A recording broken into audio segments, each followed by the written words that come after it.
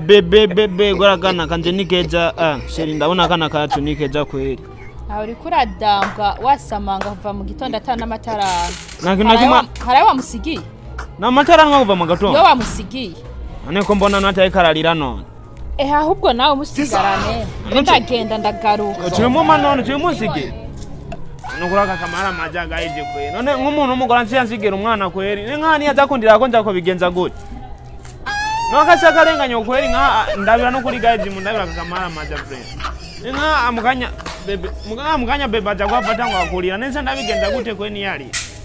Kashaka renganyo gusa. Deno mu bebe mbona menga sino wanja usanga atari no wanja ko kaburi kula muntu ako nkuko ngotora ngolera lera. Deno nja kaza kulya sanda mutangaha. Yekuko numbwe ko asanguka karo wanje denda byarana binjome nkaba. Wabuja rwo bya nano akaturaba ni mundabe by'umwana mwana sana ajewe kweri. Uyu ni wanje uyu. Asanga ndiko ndarerera abandi ukashukumu umuntu ako ngo no wanje ngo no wanje. Nanje rindira halirira ndamutaha nyene. Kuko na mugomo na muntu umugora zigira umugabo umwana ngo torarera ngo niki niki. Aje kwenda gusharira uyandurire gusa. Bose ngatari umwana wanje jenda jari nzobe nkiwo nafise nkiya. Ndawa kuno gasa uyandurire. Uyanduriye yenda lesa ndamusigaha nanje. Asanga ndiko ndaregerera urari